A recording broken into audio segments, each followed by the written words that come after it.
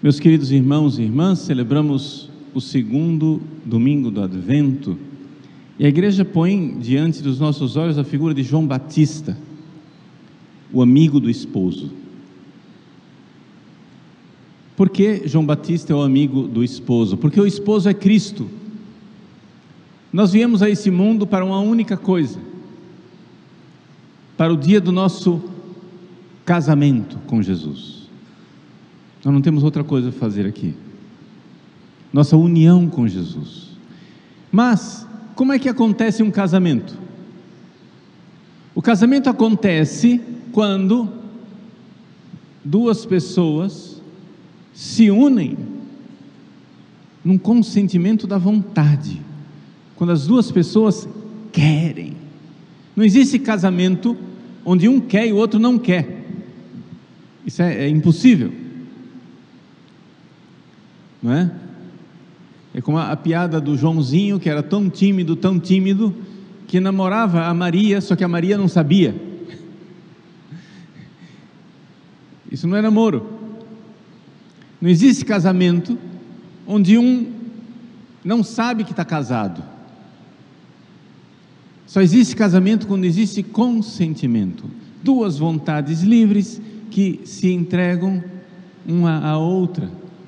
Jesus quer se unir a nós, Ele quer nos dar a felicidade dEle no céu. Jesus quer que nós o amemos porque sabe que serão felizes aqueles que o amarem. Mas como é que nós vamos fazer isso? Bom, só tem um jeito. É necessário que venha o amigo do esposo para preparar a esposa que somos nós. E a esposa deve ser preparada por esta voz que clama no deserto. Uma voz que fala ao nosso coração no deserto. Vejam, existem várias maneiras de se mover uma pessoa, mas Deus quer nos mover de forma sublime. Ele quer nos mover à união com Ele de forma sublime. Vejam só, como é que eu posso mover uma pessoa? Eu posso pegar, algemar a pessoa e enfiar essa pessoa dentro do camburão.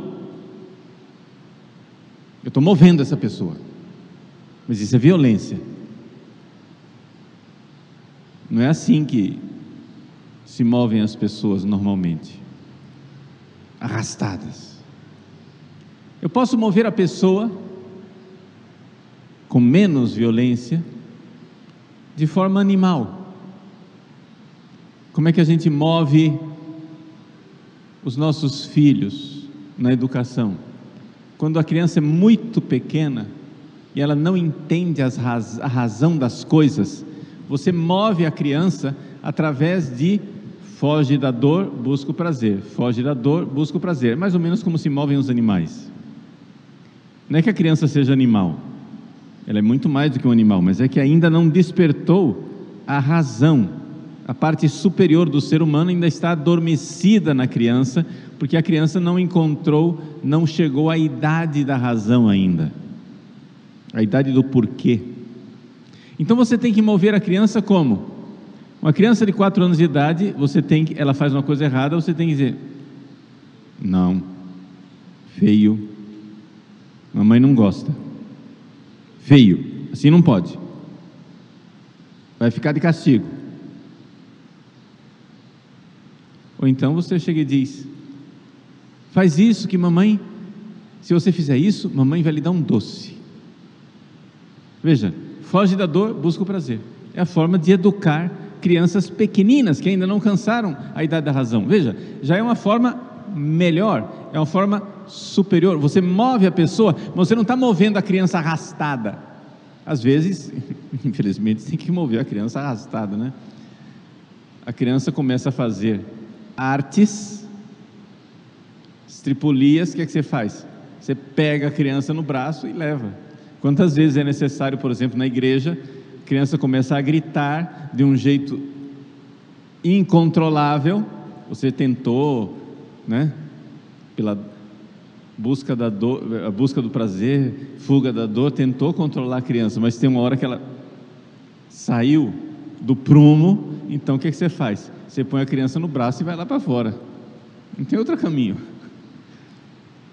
Ali a criança foi movida por violência, digamos assim. Não é que você está batendo na criança, não é isso, mas a criança foi arrastada para fora.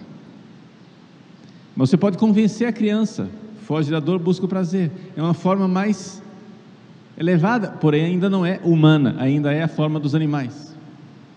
Então os objetos, uma cadeira você arrasta, um animal você convence, busca do prazer, fuga da dor.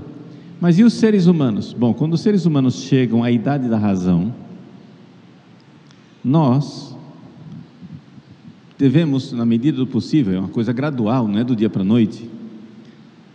Às vezes até adultos não chegaram a esse ponto. Você precisa, na medida do possível, mover a pessoa através de conselhos paternos, conselhos maternos. Isso chama-se família, em que você vai, senta com seu filho, diz: meu filho, não faça mais isso, porque você vai mostrando a razão das coisas, você vai mostrando o porquê das coisas. Olha, isso, se você fizer isso, causa doença, não vá brincar na chuva desse jeito, etc e tal, que você vai pegar uma gripe, né? Não faça isso. Aí a criança fica gripada, diz: ó, tá vendo? Aprendeu? Agora olha só, pensa, reflete bem, valeu a pena? Ficou uma semana agora em casa, só por causa de um momento de... Então você vai refletindo, você vai mostrando a razão, você vai convencendo as razões intrínsecas das coisas. Essas são as 3 formas que os seres humanos se movem, mas existe uma 4ª forma que é mais sublime ainda, que é quando a graça de Deus ilumina a nossa alma, e então nós vemos a razão da coisa, mas não com a razão natural, mas com a razão sobrenatural, com a fé. Quando Deus fala aos nossos corações e Ele nos move, quando Deus fala aos nossos corações e a gente então se convence, a gente faz as coisas, porque Deus está nos chamando, porque Deus assim quer. Então Deus nos chama, mas para Deus nos chamar, Deus falar conosco, é necessário ir para o deserto. O tempo do advento é um tempo em que a gente deve dar a Deus uma chance maior de ir no deserto. Sabe por quê? Porque os amantes precisam de solidão. As pessoas que se amam querem estar sozinhas, na intimidade. Então é necessário que você dê tempo para Jesus falar ao seu coração, e Ele vai mover você.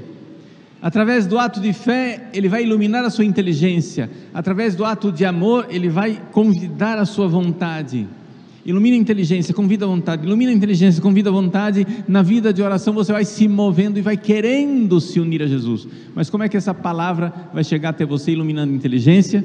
Nós temos o amigo do esposo, que são todas as pessoas que pregam o Evangelho, todas as pessoas que levaram você a conhecer a fé, as pessoas que, como João Batista, foram uma voz que levaram você a ouvir a palavra que é Cristo. Então Jesus, fiz uma longa explicação para você entender agora o que eu vou dizer, que comecei a dizer lá no início da homilia. Nós viemos a esse mundo para um casamento, para nos unir a Jesus.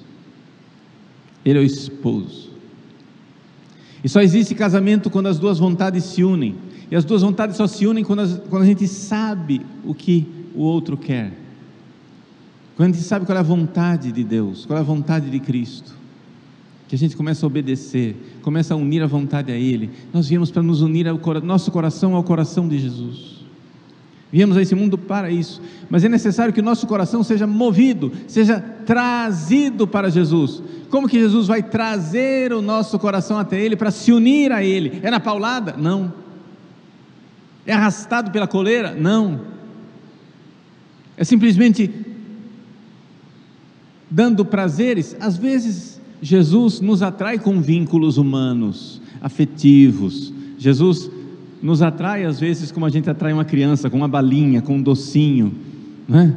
Com um carinho. Mas isso não é a forma sublime como Jesus quer nos mover. Ele só atraiu para que você comece a ouvir, para que você comece a ouvir a palavra de Deus, e a palavra de Deus fale ao seu coração. Eu vim à igreja por quê? Porque eu estava doente, rezei e fui curado. Ótimo, isso é uma balinha que Jesus está te dando, mas Ele não vai te dar balinha todo dia. Ele quer que você faça outra coisa, que é ouvir o que Ele quer, se unir a Ele como os grandes santos se uniram a Ele. Nós viemos a esse mundo para nos unir a Jesus, e Ele quer nos mover, meus queridos, minhas queridas. Jesus quer nos mover. Como que Jesus vai mover o nosso coração? Muitas vezes, quando a gente é criança, a gente precisa vir arrastado para a igreja. Entra no carro, não vou, pega a criança e põe dentro do carro, pronto, vem arrastado. Quando você é criança, você pode ir para a igreja, porque se for para a igreja, depois da missa, a gente vai comer pastel. Você está traindo com uma balinha, foge da dor, busca o prazer. Você pode ir à igreja, porque você vê que é razoável, tem razões. Não, olha, ir para a igreja é necessário, porque existe um Deus, a gente precisa cultuar a Deus, são coisas racionais. Mas você pode ir para a igreja por uma outra razão mais sublime, superior, porque Jesus está falando a você. Ele é o esposo que quer se unir à sua alma, você é dele e ele é seu. Gente, isso é sublime. Jesus é meu e eu sou de Jesus. Jesus é meu e eu sou de Jesus. Eu sou de Jesus porque eu quero o que Ele quer. Eu preciso querer o que Ele quer. Eu preciso me unir a Ele como a mais fervorosa, devota, amorosa e apaixonada das esposas quer se unir, e ela quer tudo o que o seu esposo quer. Mas para que isso aconteça dentro de nós, nós precisamos ouvir a palavra. E quem ouve a palavra? Geralmente a gente ouve a palavra pela primeira vez porque o amigo do esposo preparou o nosso coração, porque algum pregador, alguma pregadora, alguém que fez a caridade numa conversa de amigos, sentado num banco, pregou para mim e disse as coisas que Jesus quer, e aquilo tocou meu coração. Domingo que vem, a nossa arquidiocese vai se alegrar com 5 novos amigos do esposo. São 5 novos sacerdotes que serão ordenados. O diácono Renan está condenado a acabar. Domingo que vem ele será Padre Renan.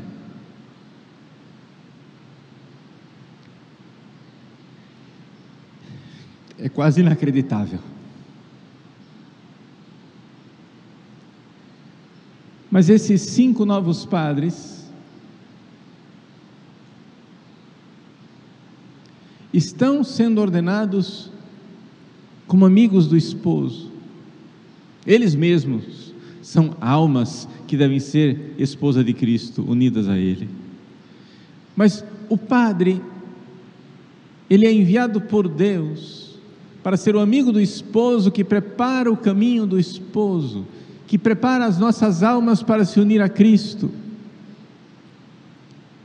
O padre recebe a graça da ordenação para pregar a palavra de Deus e ser fiel a ela, e nessa pregação da palavra, verdadeiramente levar os corações para Cristo. Rezemos por esses novos 5 sacerdotes e 3 diáconos, que serão ordenados no domingo que vem, domingo Gaudete, que é dia 12, portanto dia também de Nossa Senhora de Guadalupe, às 9h da manhã, aqui no Rincão do Meu Senhor, da Canção Nova, aqui no nosso bairro, serão 5 novos sacerdotes. Você está convidado, você está convidada a estar presente. Vamos presentear a Jesus nesse Natal 5 novos amigos do esposo, que são graça de Deus para todos nós. Rezemos intensamente por todos e cada um deles.